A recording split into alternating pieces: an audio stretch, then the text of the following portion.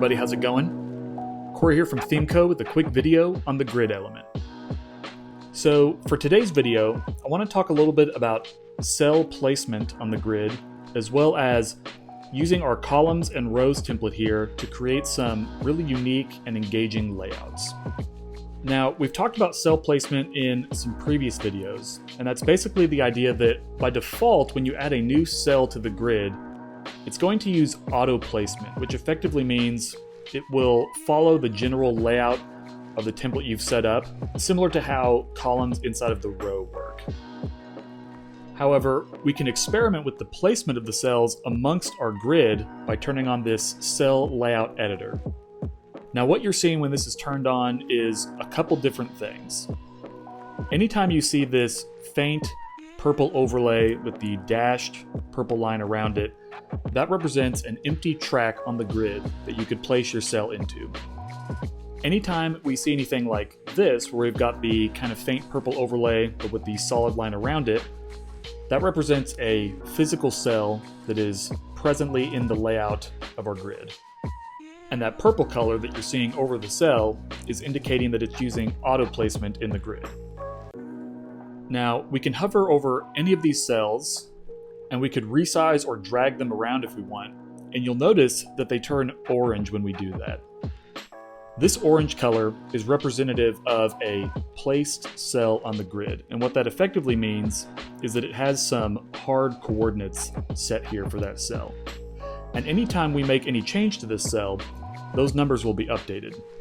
For example, even if I drag it back to its original positioning, you'll see that it's still orange, and that's because our cell is still using a coordinate placement over here. So even though it visually appears to be in the right order, it's still using a hard placement, and all of these auto-placed cells will filter around it. If we want to reset that cell back to use auto positioning, we can right-click on the cell, click Use Auto Placement. You'll see that over here, our auto placement notice is up, and the cell has changed back to purple over here in the layout editor. All right, so let's just play around a little bit here and kind of see what happens if I resize this.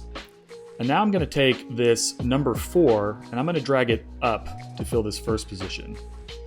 Notice a couple things happen. My number 1 moved over here, but since my third cell is filling up the remaining space over here, my second cell popped down to the bottom. So keep in mind that your auto-placed cells will continue to try and fill the first available space that they have in the grid. Finally, I could take this if I want and drag it over, and we've just got kind of a unique combination of placed and auto-placed cells. I would say, however, as a general rule of thumb, I would try to stick with probably using auto placement or placing every cell within your grid specifically on that grid, because sometimes this can be a little unpredictable, mixing and matching the placed cells with the auto placed cells. Now, I really just wanted to give you all that as a quick rundown, a little refresher on auto placement versus specific placement for the example that we're going to use in this video. So what I've done here is I've created a grid, and I'm actually using the template itself on this grid to create a little bit of a gap that I can bump my cells over so that they have this overlapping effect going on. So let me just click into the grid here, and we'll look at the grid layout and get an idea with what's happening inside this template. So what we've effectively done here on our large, medium, and extra large breakpoints is we're using a column template of 1 FR, 4 rims, 1 FR. And what that is effectively saying is to have 2 outer columns that fill all of the available space. And then we've got this 4 rim wide column in the middle here that we're using for our overlap. Next, we're actually using our rows template here. And we've set up this value of 4 rims, auto, 6 rims. Now, what I'm using this for is to set up this spacing that you're seeing above and below this cell. You'll notice that we've got an equal amount of spacing here as we do here, and that is coming from these 2 values. Now, I used 6 rims here because this box shadow that I'm using on the box is actually offset by 2 rims. So to kind of give the same visual appearance here and here, I've bumped this up to 6, and now you see we've got the same spacing right here on the box as we do right here. And then this auto value right here in the middle is actually very important. This is effectively saying, allow this content here in the middle to change its height if it needs to. And basically, we want to use this value when we're doing things that require text. As this layout will grow and shrink, the text inside of this column will wrap. The size of the text might change. Text is just kind of a tricky beast to work with on the web, but using this auto value ensures that everything will grow as it needs to. And you'll notice that when that text wraps to a new line there, we've still got our exact 4 rem and 6 rem value down here. It hasn't changed at all. You've got really finite control over that spacing. Now the preview over here is very helpful just to get a general idea, but I think it's super helpful to turn on our cell layout editor and see exactly what's going on.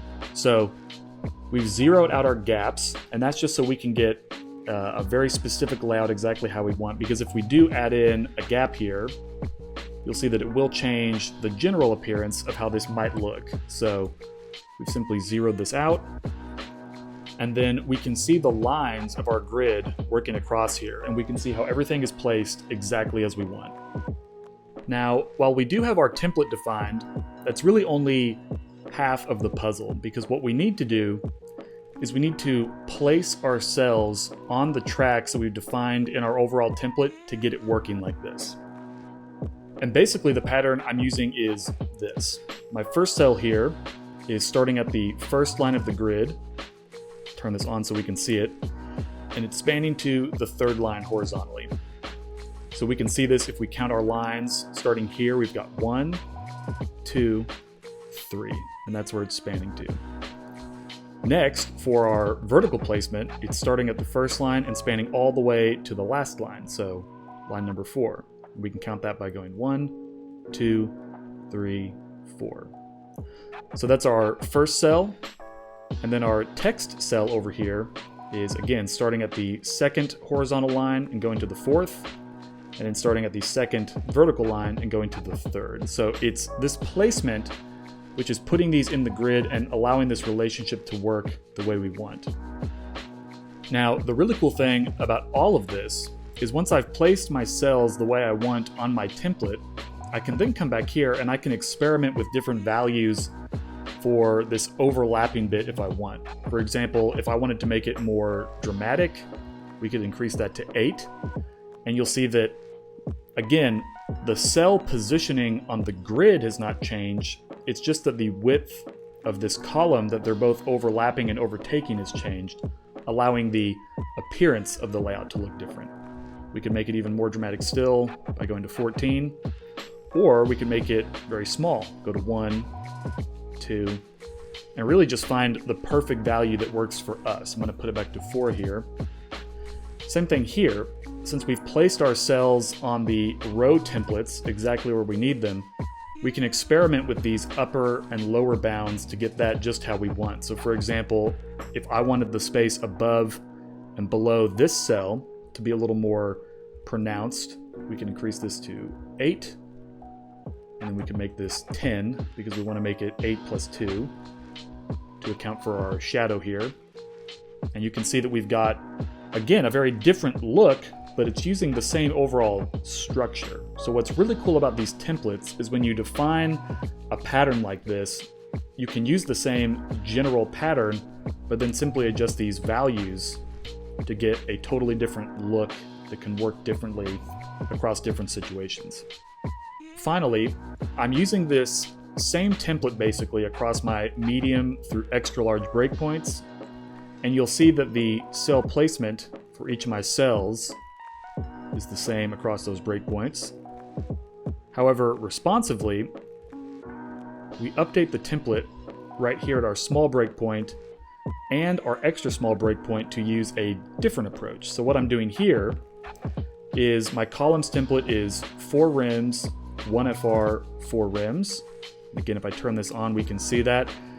And what I'm basically using this for is I've kind of flipped the layout. Instead of these outer bounds being used on top and bottom here for my rows. I'm placing them to the side so that I can adjust these as needed to situate my content exactly how I want.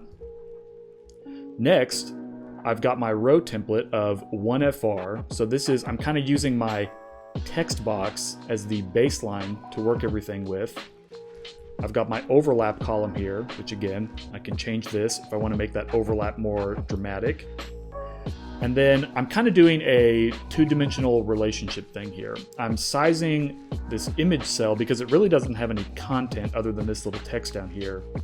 I'm sizing it based off of the text. So I'm saying this image cell for this particular breakpoint should be 1.5 times taller than the text. We could make it the exact same height if we wanted, but I noticed that my image was getting a little cut off. So I went with 1.5 and just kind of like the look of that. But again, we could change this to 2FR if we wanted. So now we've got a double height cell, and that looks pretty good too. Finally, on my extra small breakpoint, what I effectively did was just bump these values down a little bit, and I could bring it in a little bit more if I wanted, just to save a little extra space. And again, if I click over here on my cells, you'll see that their positioning is a little bit different now, because while over here I was putting it vertically in the center, for this particular layout, I'm bumping this cell into the upper right corner of the grid and this cell into the lower left corner of the grid. Just as a quick aside, since I know I mentioned it a couple times, what I'm doing on this cell with the box shadow is I have it going -2 rems and then being pushed down 2 rems, and then I'm just using a solid color that kind of matches my border. That's where I'm getting that kind of flat shadow look. And then for this column, what I'm actually doing with this headline is I've got it placed in the column here, and then the column itself has Flexbox turned on, and then I'm using that to position that content horizontally to the start, and then vertically I'm pushing it all the way to the bottom. That's just a quick little aside on how I'm getting those looks there. Oh, and this cell also has a similar kind of box shadow, just a different color and a little shorter, going the other direction. So I hope this is a good example of kind of demonstrating the real power that these template layouts have with your grid. If you're careful and considerate with the values that you choose, there are some really effective layouts that we can achieve that otherwise are pretty difficult to get working responsively, but we can do them super easily with CSS Grid. And once we have that pattern in place, as we mentioned, we can adjust these values and get totally different looks, but using the same general approach just by adjusting these values on our template. This is just one example for me of many layouts that I have found are infinitely easier to achieve and a lot more flexible and a lot more solid responsively using CSS Grid.